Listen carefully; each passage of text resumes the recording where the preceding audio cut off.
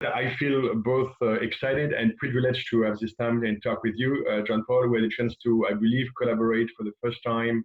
Was it in Toronto with Yep.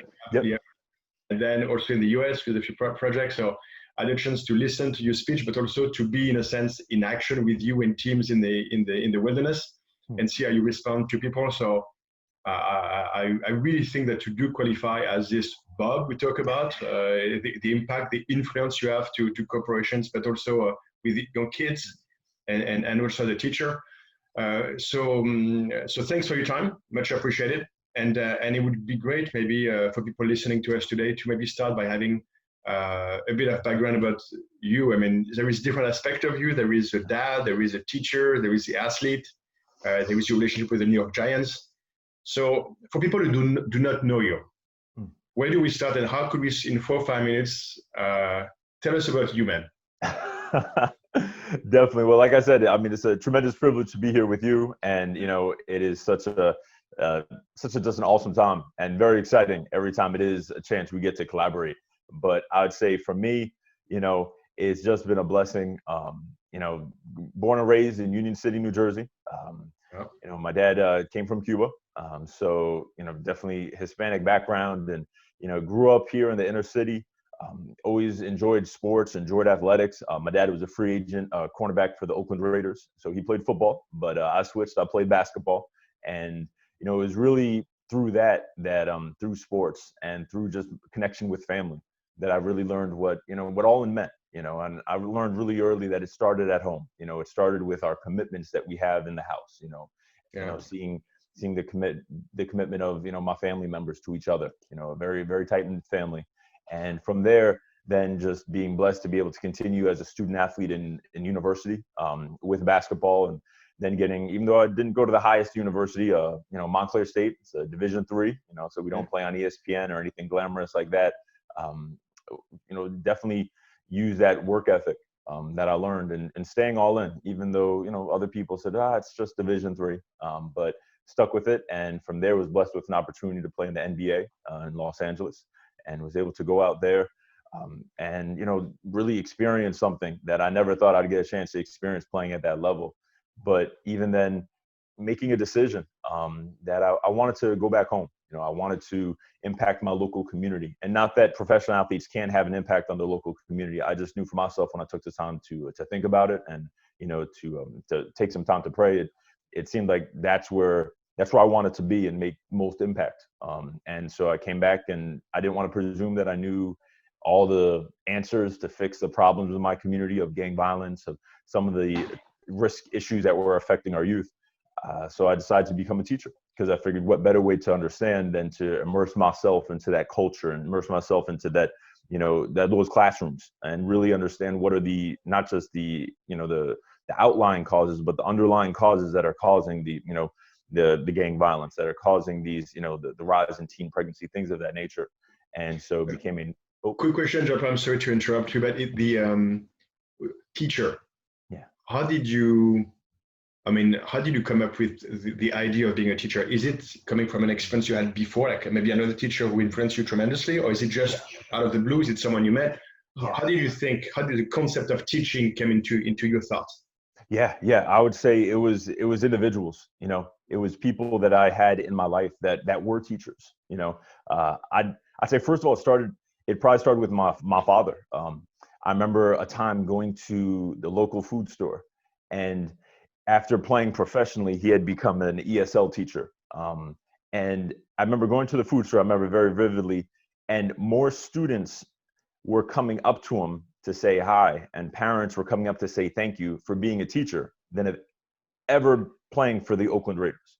And I was young, but I remember seeing that, and something kind of like stuck, that, wow, this occupation has a degree of influence, a degree of impact, even greater than a professional athlete in our community at that time.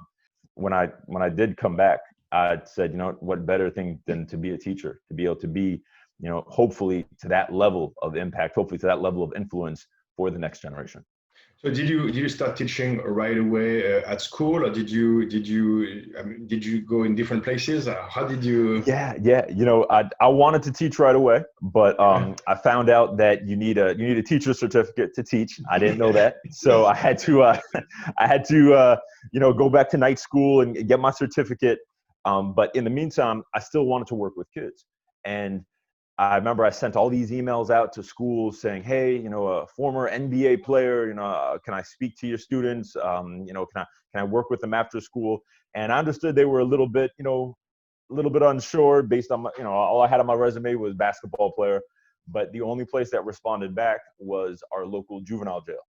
And so I'll be honest, I was a little nervous, but they said, "Hey, you don't need a certificate to come here and tutor our students, to come here and work with our kids. Uh, you know, they're not going anywhere for all intents and purposes. What do you say?" And I was nervous about it. I'm not going to say it was the top of my list, but kind of like we talked about, when you're all in, you're willing to try new things. You're willing to start at the bottom. You have a humility about you. I think that's the thing that's so underrated is humility. And humility is not just because something bad happens to you, you feel less about yourself. It's that you are able to see greatness in others, and they're able to recognize that greatness and are okay with that. That what, hey, he's better than me at this, and that's amazing because we need that for our team. And so I started going into the jails, started tutoring. The warden recognized I was a basketball player, and he said, "Hey, the tutoring is great, but would you mind starting a basketball team in this jail?" And I was, I was a little unsure about that, but we started playing.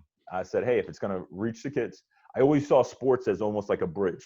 Yeah. It's a bridge in our culture, it's a bridge in our societies, in that it can take a group of people who normally would be apart, from Yeah. different maybe social economic classes, maybe different races and backgrounds, and it builds that bridge that we can connect kind of in the middle, even if it's just for a Sunday, even if it's just for an afternoon and evening, everyone can come together. And so I said, sure, if basketball is a way we can build this bridge even better, and a way to connect these individuals into learning character concepts, and they'll be involved more, that's great, and change their behaviors, that would be excellent. So we started playing basketball in jail, and it was just the start of a great experience, a great program, where we really just were able to use the sport of basketball in jail, as a way to not just play a game but change lives.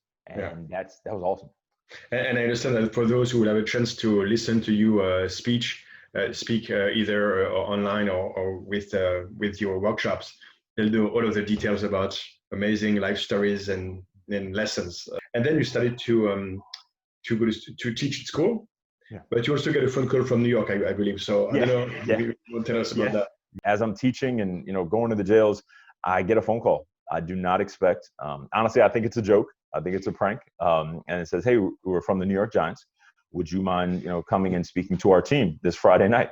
And it's funny because you can't even speak to the New York Giants if you just send an email or send your resume and say, "Hey, I have a really great YouTube video. Let me speak to him." You actually get put on this list they have of do not contact. They will not contact you if you try to approach them first and say, "Hey, let me, talk to your guys." Yeah.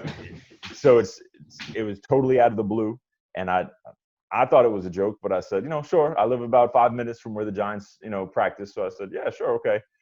But I pull up to the security guard gate and I give my name, and they say, "No, John Paul, we've been waiting for you. Come park to the right hand side." And things start to get very real, and I start to get nervous once again.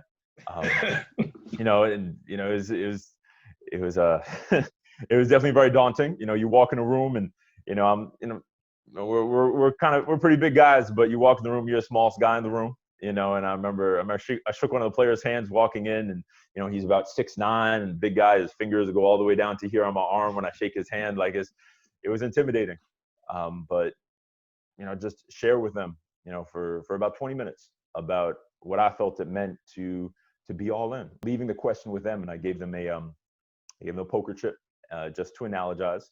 And I said, in poker, you push your chips in the middle of the table, and that signifies being all in. And you show everyone you're willing to commit. What if you did the same things with those aspects in your life?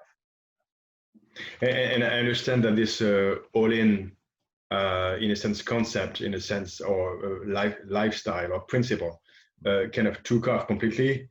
For those who followed the stories, it was a tremendous change for the team, which led them to the Super Bowl.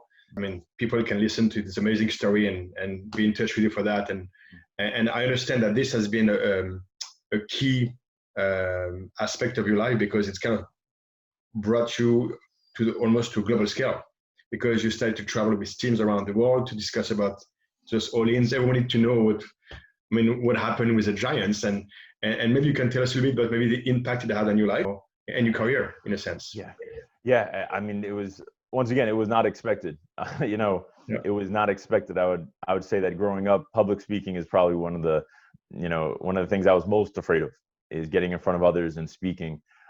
But from there, after they won the Super Bowl, and then as you saw the ESPN piece, and then different news agencies, I remember, would start to show up at my school, from EBC to CNN, to talk about, hey, what does this all-in thing mean? How does it work? And then other teams began to contact, and it became teams in the NBA, from the Trailblazers to then hockey teams like the Minnesota Wild, and then even getting a call from London, as had mentioned, the Arsenal Football Club called and said, hey, will you work with us and our teams and our training camp? And then corporations, as you mentioned, got involved. Everything from DSW shoes to Verizon to working with Vodafone, and the privilege of working with you with General Motors and Cadillac, and just getting a share in different places, just all over the globe, even getting to do a tour in Southeast Asia, in the Philippines, through Malaysia, and different places like that. It really opened up my eyes of how all-in, as I say, is not just a slogan, it's a lifestyle. It's something that, first and foremost, I believe we have to choose to live. It's, no one can force it on us, because we can, we don't have to be on TV to be great actors. We can always definitely deceive people around us, even deceive ourselves. But it's that moment of clarity that we take, usually when we've reached, kind of that point of almost breaking, and that's why I really love, getting a team with you, is just because you set up those moments where you have that moment of clarity, knowing I have to give my absolute best, and seeing how my absolute best doesn't just, benefit me, but it benefits everyone around me. I think that's a powerful moment that comes down in a lot of the challenges of when people are at their breaking point, but then they go that extra level because they see that going past their breaking point is not just something that's going to impact their life, but those that really need them in that moment, whether it's in a desert in Las Vegas, or, on a mountain, in Los Angeles. It's that realization, I think, that's such freedom. It's so freeing. I think people think, well, if I give my best and it doesn't work out, is that anxiety or stress? And I said, that I think that's natural, but there's going to be stress anyway. There's going to be anxiety anyway. That's not going to go away. I think it's really that freedom of knowing I gave my absolute best, and you know what? Maybe I win, maybe I lose some days, but I never have to wonder, what if? I never have to wonder, well, what if I gave a little bit more? Would the team had been different? Would the initiative had been successful? It's, I gave everything I had. And I love the way that, you're able to simulate those experiences in an almost fishbowl setting. And it's so powerful, those moments, that then people are able to take those and implement those in their professional lives as well. I think that experience is just I don't think you can put a price tag on what that feels like to be there. And obviously, speaking of those experiences, obviously with the COVID situation, many events are not possible. However, I tend to believe that most likely it's going to be easier to have activities with small teams, let's say 10 people, 8 people who work together on a daily basis, and have them do a kind of this significant emotional moment, as we discussed about, and share that with them, than necessarily doing bigger public events, which are going to be harder to control. So I think that there is hope, which is a key word for you. There is hope on a small scale in a, let's say, in a relatively medium term. In terms of bigger events, don't know yet. And speaking of this connection with people, I understand that you're also quite involved with your local community now, and with the nonprofit center something you also started. Could you tell us about your engagement and your activities with that program? Yeah. Yeah, I'd say, through teaching, I was noticing, we live where I live in Union City. It's not a very well-known city, but we have 90,000 people that live in 1 square mile. It's actually, if you look it up, we're the most densely populated city in all of the United States, 28th in the world. And as I was teaching, I was noticing that, once again, relating to sport, we'd have 400 students try out for the basketball team, but you can't keep 400 students on a team. You can only keep about 30. And so consequently, there'd be 300, 300 students approximately left over that they wanted to be part of a team. But really, it wasn't really about the team as much as family, that relationship. Because a lot of them, they didn't have family at home. And so that's where the gang enrollment, that's where the gang violence was becoming an issue in our city. In our city, we had no place where they could go to school, no Boys and Girls Club, no YMCA, no recreation center. So, took a leap of faith and, started putting some of my teacher's salary together. And we started renting this building on the edge of our city that was abandoned. Fixed it up, got some paint, got some donations from local furniture companies, got a little basketball hoop, and we said, let's open this up every day and see the impact it can make. And very honestly, the first night we opened up, we only had 5 kids. 3 years later, now we have over 1,900 students. We have programs from kickboxing to basketball training to tutoring to video game clubs to anything that's going to bring a student in. And just be able to feel safe. Sometimes they stay for an hour. Sometimes they stay the whole entire night, and they come every single day, of the week. And we just want to be that place, and not just that place, but we want to be the people. I think, last thing I'd say is the greatest thing about it is, we call ourselves it's a Hope and Future Center. That's what it's called. The name of the place is the Hope and Future Center. And we really feel that, hope is something that doesn't live in the present. It lives in the future. And it's something that you have to cultivate. But it's best cultivated with others, not by yourself, And so I always get excited when the students go from saying, "Oh, I'm going to the Hope and Future Center," to hear them talk that I'm going to go, I'm going to take a class with Jean Paul, or I'm going to go talk with Nelson, or I'm going to go meet with Maria. Because I feel that if it's just a place, you'll find another place, and that's fine as long as that place is positive, it's encouraging you. Yeah. But when it's a person, when it's a relationship, I'll go there when I don't feel like it. I'll go there when it's hard. I'll go there when it's tough, because that relationship has something that, much like the challenges, you build that relationship that elevates, your level of thinking, that elevates your effort. Whereas if it's just a place, I can hide in the back, I could not show up and nobody will know I'm not there. I think the relationship part is so key, and that's what we try to focus on at the Hope and Future Center. Awesome. And obviously COVID happened. Yeah. And I'm fascinated by you in this context, because you're in New York City, which has been a big center for COVID in the US, as we are in Canada, in Quebec, by the way. Quebec and Montreal is the epicenter of COVID in Canada also. So then you're a history teacher, and as a history teacher and seeing what happened in the past and also witnessing the present can be also fascinating for you. You're also actively engaged in the community. You're an athlete. But could you tell us a bit about your all-in principles in these times of, let's face it, of crisis? Yeah.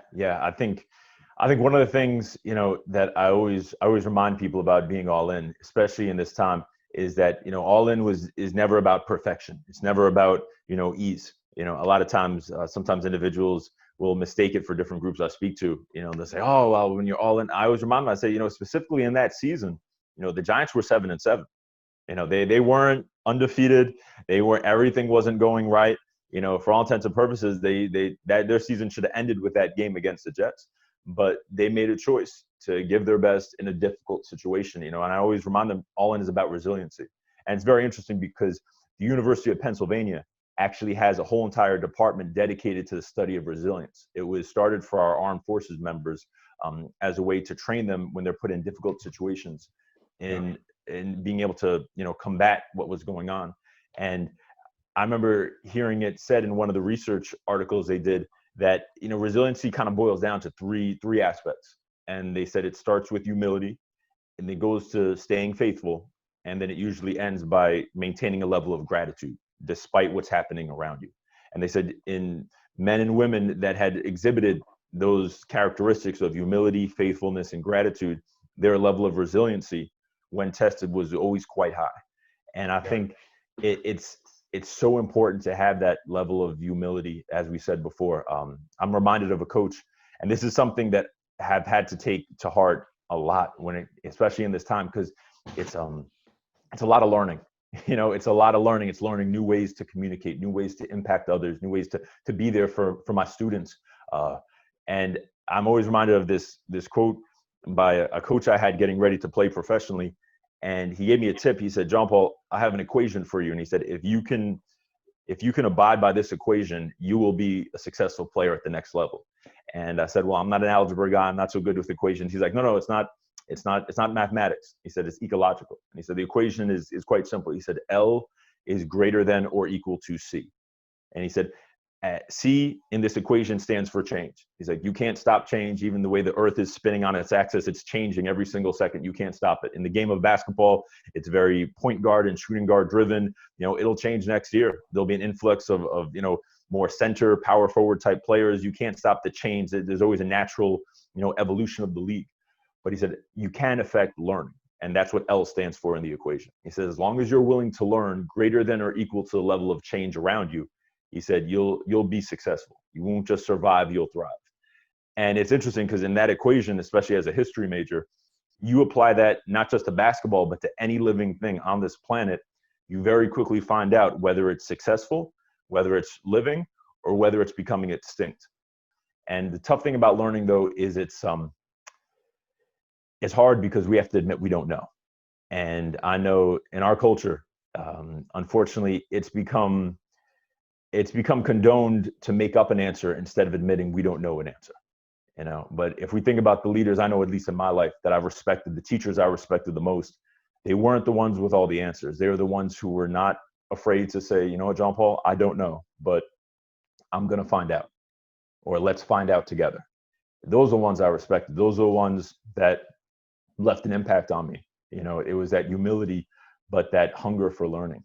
And I think once we're willing to admit we don't know, but yet couple that with we want to find out, I think that's a powerful thing. And right now, that's the main thing that I've had to stay focused on, is realizing I'm not going to get it right with my students every day. I'm not going to be able to have the perfect lesson or the perfect, conference call, with this group or with this team, but I want to learn to get better. I think a lot of times this time has been, of course, reference back to 1917, 18, the flu that happened back then. Yeah. But I was actually talking with my brother, who's involved with the graduate school of design over at Harvard. And I love the perspective of, we could relate it to something like 1917 or 1918, but we could go back even further and relate it to the Renaissance. And I love the idea of relating it to the Renaissance, because Renaissance means new birth. Yep. And it came out of a time of a lot of rigidity. It came out of a time of everyone thinking there was only a set way to do things in the Middle Ages, feudalism, a degree of oppression. And that became an explosion of culture, of people having to be in certain areas and develop new technologies like the printing press, where now everybody could read. Everybody could begin to educate themselves, of going back to, philosophers, of Cicero, and Plutarch, and saying, hey, well, we are thinking about this the wrong way. There is a new way to do this. And the art that exploded from that time, especially in the Italian area, I think I like to think of this time as something that's building up to a renaissance of us, finding new ways to impact art, culture, society, business.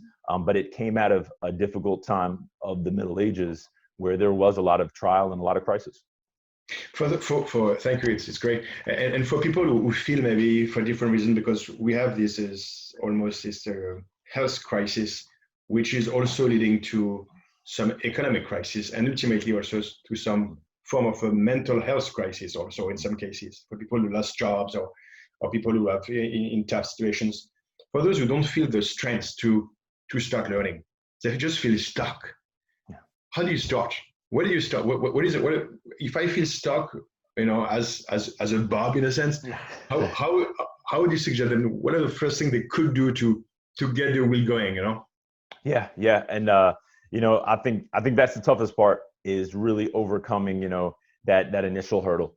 And one of the things I talk about, and you see me talk about my talks, is just my experience with Ray Lewis, and just how he, at 9 years old, little guy, he found his way to start, and it was as simple as a deck of cards.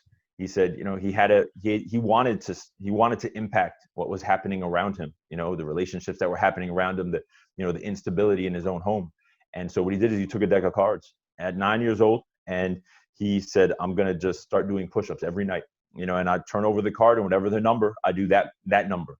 And, then I turn over the next card. If it's a king, a queen, a jack, that's 10 push-ups, aces are 11. And he said he stuck to that every single night. And that was a starting point. It wasn't the only type of workout he did, but he said that was a starting point for me to become consistent, that every night I would have that time. Sometimes it was 10 cards. Sometimes it was only 5 cards. It was whatever he could get through, but it helped him learn to push past his limit. And it's amazing because, by high school, he said he could do half a deck of push-ups. By college, he could do the whole deck. And he said on the night that he got drafted to play in the NFL, he still had the deck of cards in his pocket, and when he played professionally, he wore the number 52. And what's amazing about that is there's 52 cards in a deck. And he said, it was those nights doing push-ups on that dirty bedroom floor as a 9-year-old that helped him become, a 13-time All-Star, a 2-time Super Bowl champion. And even more than that, with the things he's doing in communities and cities and motivating and inspiring people all over the world, he said he always remembers it always starts one card at a time. And so I always try to, remember that, especially when it's hard starting, of just saying, let's just start with one card. Let's start with, like we're saying, the card that's right in front of my face, and let me just start there, because it can be overwhelming when you think about the whole deck, when you think about 6 months from now, a year from now, these things, they can produce a lot of anxiety. I mean, they do in myself, are we going to be ready? My family, where are we going with this? Am I ahead? Am I behind? But just saying, what's the card in front of me? And let me devote myself to doing the very best. And, you talk a lot about our mental strength and our, how our brains work. It's just a powerful metaphor, seeing, how much we underestimate ourselves, but we can get so consumed with the larger things around us that we miss the ability to simply stay singularly focused on a task and the impact it can have. Yeah. Well, Jean-Paul, it's great. Thank you very much for the time. And every time I had the chance to interact and listen to you, I feel every time inspired. So listen, I really look forward ways we will create to generate those significant moments and learning moments for teams and for corporations. So thank you for everything you do. If people want to support you with the Hope and Dream Center, either, I mean, I'll put it down and think, is this somewhere they can go to? Or? Yeah, definitely. We're on Instagram at hope_future_US. We're also online at our website, which is hope-future.us as well. And so, would love it. And anytime, as I always tell everyone, every time you're in New York City, our center is right outside the Lincoln Tunnel. And as this dies down, our regular scheduled hours are 4 o'clock to about 9 o'clock at night. And so if anyone wants to stop by, sign a waiver, jump in a workout with our kids, that we're always more than welcome. But that's where you can find all the information about the Hope and Future Center. Definitely. Awesome. Well, congratulations. Okay, let's stay in touch and keep on trucking, man. No, my privilege. Thank you so much. Cheers. Bye-bye now. Cheers. Bye. Take care. Bye. See ya.